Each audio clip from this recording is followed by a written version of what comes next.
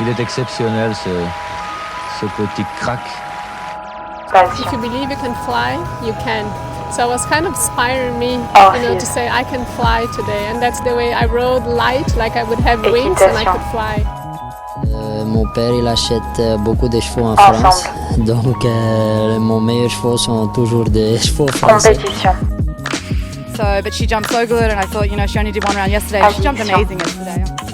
Cheval sauté, c'était un rêve. J'avais mon parcours qui défilait exactement de la façon dont on avait prévu. Le cheval sautait formidable, j'avais un sentiment génial.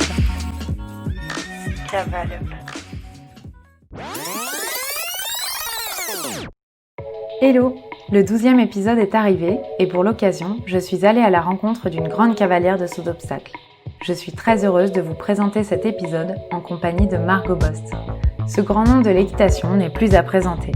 Installée à Barbizon, Margot travaille en famille, principalement sur l'activité de commerce de la structure. Cavalière depuis ses premiers pas, Margot s'est rapidement installée au sein des plus beaux circuits de saut d'obstacles avec de nombreux prix.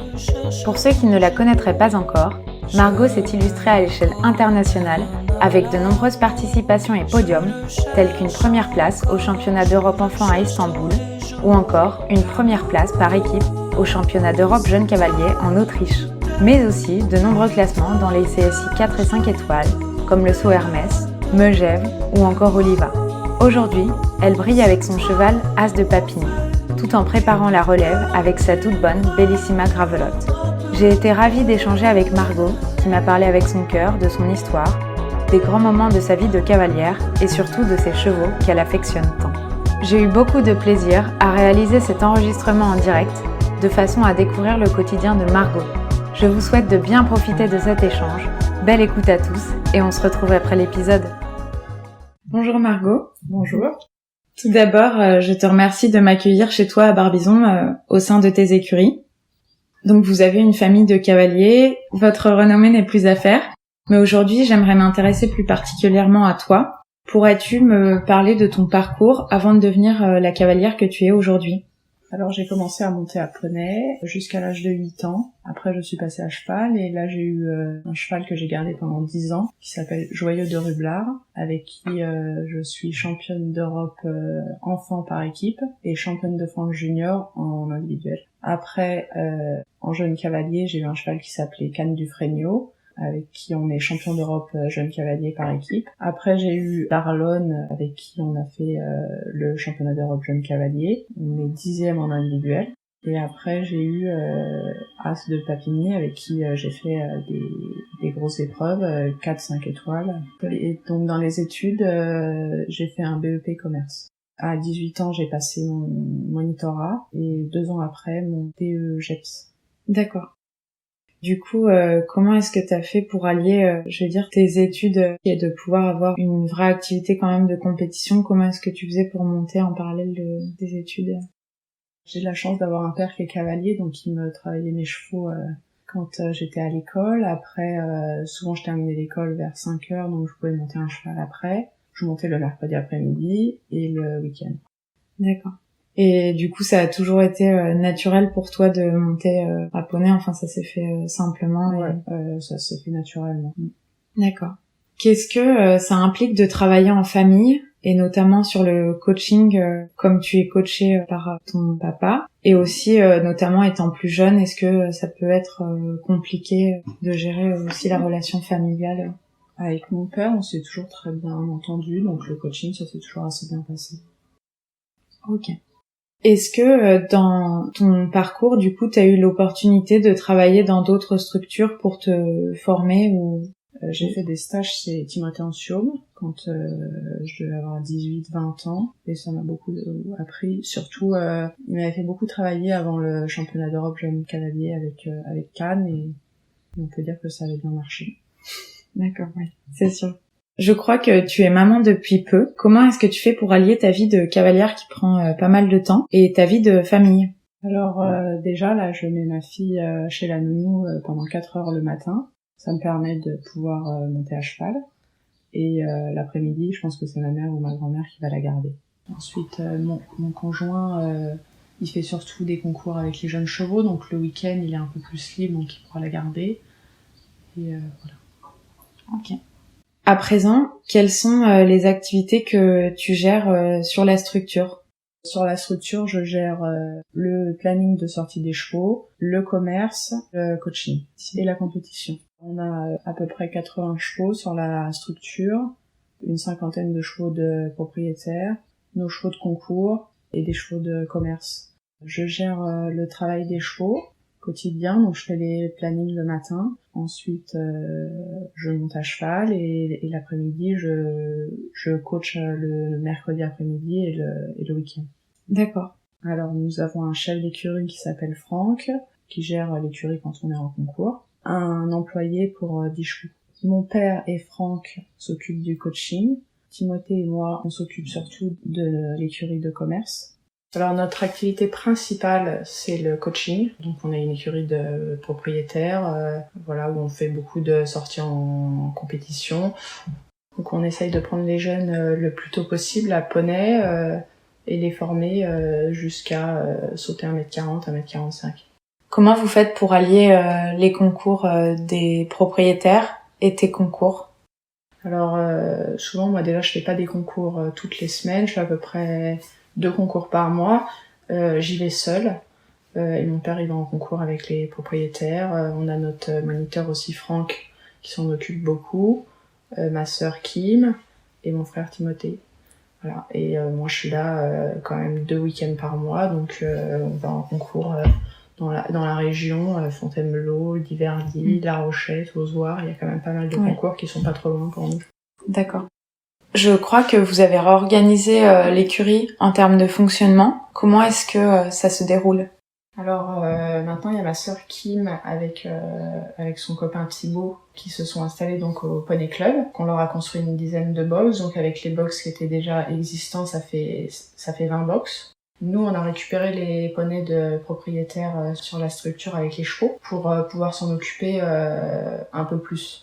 Voilà, aller plus en concours avec eux et les faire travailler avec nous à l'entraînement. D'accord.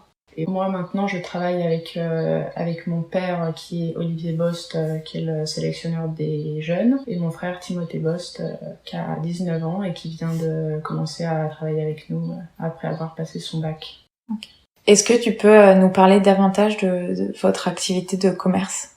Alors on a beaucoup de jeunes chevaux, 4, 5, 6 ans, donc on fait les épreuves de jeunes chevaux la semaine pour les former. Et en même temps, on les commercialise.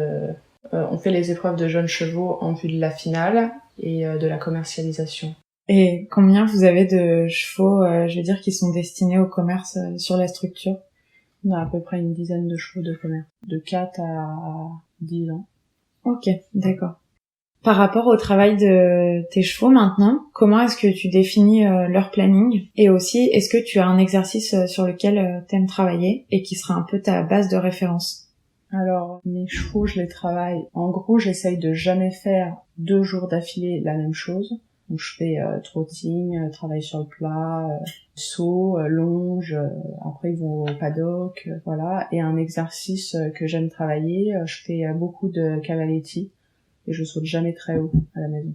En gros, je fais beaucoup de travail sur des cavaletti avec une barre à 3 mètres. On rentre au galop, une barre à 3 mètres, un vertical, une barre à 3 mètres, un auxerre. Ok. Voilà. Et on répète un peu comme ça. Ok, très bien. Est-ce que, à présent, tu pourrais nous parler de ton piquet de chevaux actuel ? Alors, en ce moment, j'ai As de Papini, donc mon cheval de tête qui a 14 ans maintenant. Et Bellissima Gravelotte qui a 9 ans. Ça, c'est mes 2 chevaux pour sauter des belles épreuves. Et après, j'ai beaucoup de jeunes chevaux qui a 5 6 ans. Voilà, c'est des chevaux de commerce et qu'on forme pour sauter 1m50 un jour. Ouais, d'accord. Du coup, comme tu le disais, vous avez une importante activité de commerce. Quels sont les éléments primordiaux pour toi lorsque tu achètes un cheval ? Lorsque j'achète un cheval, déjà, faut qu'il soit beau. Ensuite, il faut qu'il ait des moyens et qu'il soit respectueux. Et il faut qu'il ait une bonne tête aussi. D'accord. Ok. Donc les chevaux de sport sont des athlètes. Et de ce fait, quelles sont les clés selon toi pour les conserver sur le long terme, autant psychologiquement que physiquement ?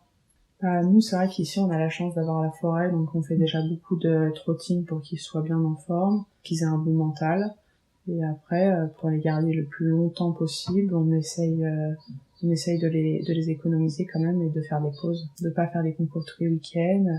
Souvent, on fait un week-end concours, un week-end de repos, un week-end concours. On essaye de pas répéter d'alterner. Ok. Comment est-ce que tu pourrais définir ton équitation? Alors, je pense que j'ai une équitation assez classique et j'essaye d'aller toujours dans le sens du cheval. À présent, pour la partie compétition, comment est-ce que tu planifies ta saison de concours et sur quels critères est-ce que tu choisis tes concours? Alors, je fais surtout par rapport à mon cheval de tête. En ce moment, donc c'est As de Papini sur les grands prix qu'on peut sauter, donc à peu près niveau 3-4 étoiles.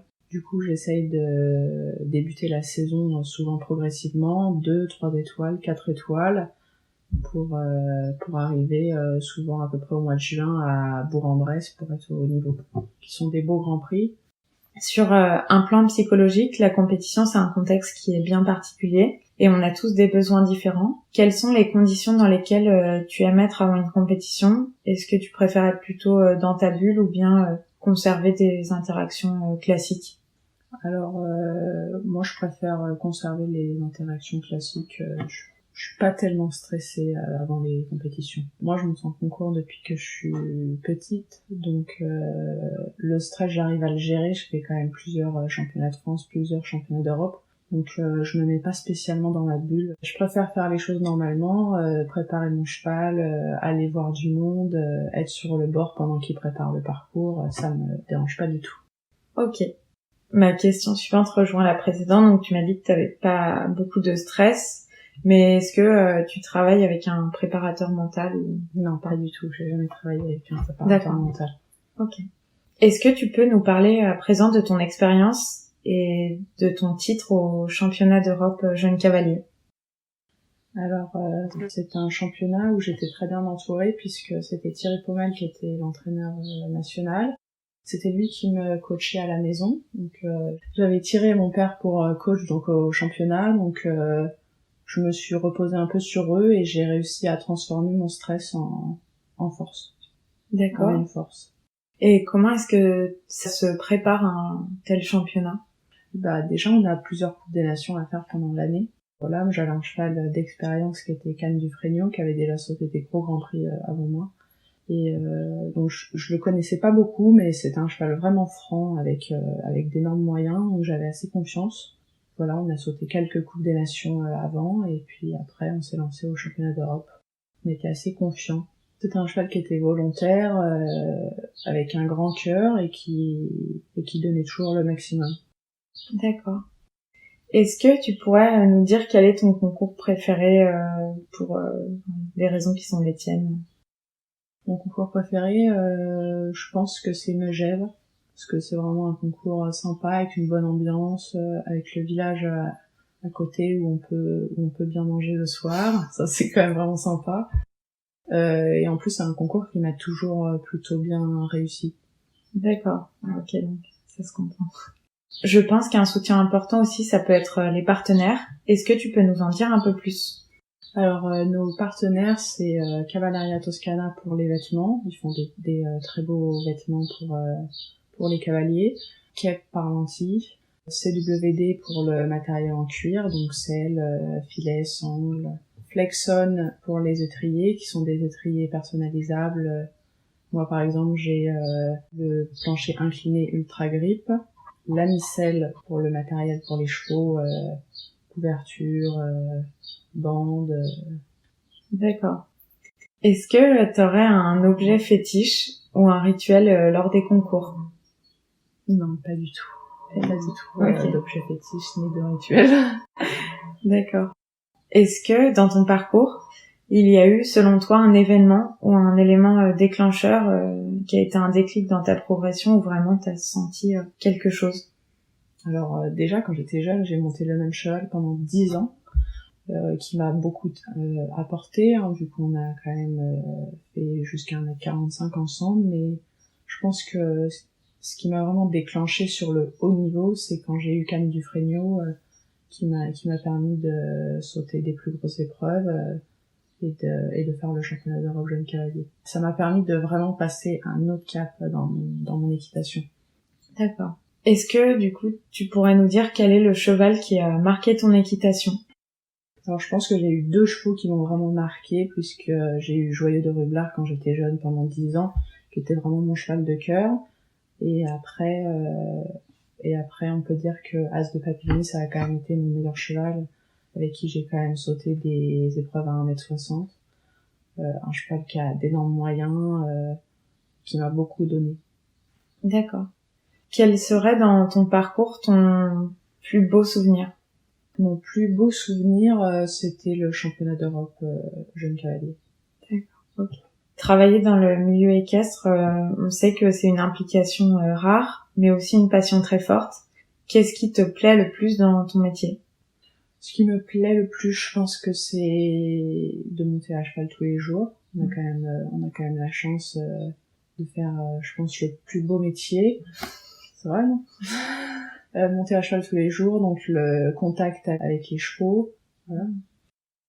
À présent, quel serait ton plus mauvais souvenir et comment est-ce que tu as pu rebondir grâce à ça? Donc mon plus mauvais souvenir, c'est quand je me suis cassé la clavicule sur le petit parquet, donc maintenant il y a 2 ans, et dans une épreuve de 7 ans. On va dire que j'étais beaucoup trop long sur un auxerre, et voilà. Personnellement, à présent, quelle est, selon toi, ta plus grande qualité et ton plus grand défaut? Alors je dirais que ma plus grande qualité, je pense, c'est la persévérance. Et mon plus grand défaut, c'est peut-être que des fois je vais en faire un peu trop. D'accord. En tant que cavalière, on a forcément des rêves, et quel serait le tien? Forcément, quand on est cavalière, je pense que notre plus grand rêve, c'est d'atteindre le sommet, donc de faire des 5 étoiles, de faire des gros championnats. Ok. Est-ce qu'il y a un cavalier qui t'inspire, et pour quelle raison? Alors, je vais pas être très originale, mais mon cavalier préféré, c'est Stevie Yarda. D'accord. Voilà, parce qu'il a tout gagné, il a un mental d'acier, une équitation, je dirais, parfaite, voilà. Très bien. Bien que la passion des chevaux soit déjà très prenante, est-ce que tu as une autre passion ou quelque chose que t'aimes? Oui, une autre passion, c'est de faire du tennis. Donc là, vu que j'étais enceinte, ça fait longtemps que j'ai pas joué, mais souvent l'été, le soir, après avoir fini la journée, on va faire du tennis avec des amis et avec mon compagnon. Ah d'accord, ça c'est pas courant, c'est bien. Donc je vais te proposer une problématique, et si tu peux donner un tips à toi pour la solutionner lorsque tu es face à ce problème. Comment est-ce que tu travaillerais sur un cheval qui a un manque de cardio et donc de souffle? Quelle serait ta solution? Alors ici, on a la chance d'avoir la forêt, donc déjà, je commencerai par le sortir 2 fois par jour, une fois le matin, une fois l'après-midi, et faire beaucoup de trotting en forêt. Ok. Est-ce que tu peux nous parler de ton expérience au championnat d'Europe? Alors, donc c'est un championnat d'Europe qui se déroulait en Autriche, avec comme entraîneur national Thierry Pommel. On était une équipe de 4, Maël Martin, Alexandre Fontanelle et Thibaut Pigeon. On a terminé l'épreuve par équipe avec 9 points, ce qui nous a permis de gagner devant les Suisses. D'accord. Et comment est-ce que c'est de faire des épreuves par équipe? Quels sont les éléments qui sont supplémentaires, je dirais, par rapport à l'individuel? Il y a sûrement un peu plus de stress parce qu'on joue pas que pour nous, on joue aussi pour les autres. Donc voilà, après, avec l'expérience, normalement ce stress, on arrive à le transformer en force ou voilà. D'accord. Je crois que ton conjoint est aussi dans le milieu du cheval, et du coup, quelle est son activité? Donc mon conjoint, c'est Nicolas Morgat. Alors lui, il a un élevage en Normandie qui s'appelle l'élevage du Priel. Donc il fait naître à peu près 2 ou 3 chevaux par an. Donc qui monte un peu dans les jeunes chevaux et qui vend par la suite. Et maintenant, il s'est installé donc en face de chez nous et il fait du commerce avec surtout beaucoup de jeunes chevaux et du coaching. D'accord. Alors maintenant, je vais te demander un mot pour définir les chevaux que je vais te citer. Joyeux de Rublard. Mon cheval de cœur. Canne du Fregnault. Courageux. Darlon. Doué. Et As de Papigny. Puissant. Ok. Donc maintenant, partie Fast and Curious. Donc je te donne 2 propositions et tu dois choisir entre l'une ou l'autre. Jument ou hongre ou mâle? Hongre. Paris ou Ekita? Ekita. Être invisible ou te téléporter? Me téléporter. Passé ou futur? Futur. Sucré ou salé? Sucré. Barre sur le dernier ou oublier son parcours? Barre sur le dernier. Japlou ou Milton? Milton. C'est un peu as. Ornella ou Orient Express? Orient Express. Jeune ou vieux chevaux? Jeune. D'accord. Et chevaux français ou étrangers? Chevaux français. Ok. Et à présent, comment est-ce que tu vois l'avenir et quelles sont tes ambitions? J'aimerais essayer de développer l'activité commerce. Donc maintenant, je travaille avec mon frère. Et donc on veut vraiment essayer de faire du commerce en France et à l'étranger. Alors du coup j'ai toujours As qui va continuer de faire du concours, j'espère 3-4 étoiles, et Bellissima normalement qui devrait prendre le relais sur As, qui a déjà sauté 1m45 à 8 ans et maintenant elle a 9 ans, donc cette année j'espère qu'elle va commencer à sauter 1m50. Et après j'ai beaucoup de jeunes chevaux, des très bons jeunes qu'on travaille en vue de la commercialisation ou de faire des grosses épreuves un jour. Très bien. Donc on arrive au terme du podcast. Je te remercie Margot d'avoir accepté d'échanger avec moi et puis bonne continuation pour la suite et pour tes objectifs. Merci beaucoup. Et oui, c'est pour l'heure terminée. J'ai profité de chaque instant de cet échange et de la passion que Margot a su transmettre dans ses récits. Et je tiens sincèrement à la remercier d'avoir pu m'accorder de son temps. Pour nous, c'est la fin du 12e épisode. Et je vous remercie de me faire vivre mon aventure au quotidien. Car grâce à vous, je vis quelque chose d'incroyable. Pouvoir rencontrer tous ces différents acteurs du monde équestre est pour moi quelque chose de formidable. Alors n'oubliez pas de me faire part de vos impressions qui me permettront d'avancer encore, car nous cavaliers savons que la remise en question est la clé de la réussite. Je vous souhaite à tous une excellente journée et on se retrouve dans 10 jours pour un nouvel épisode.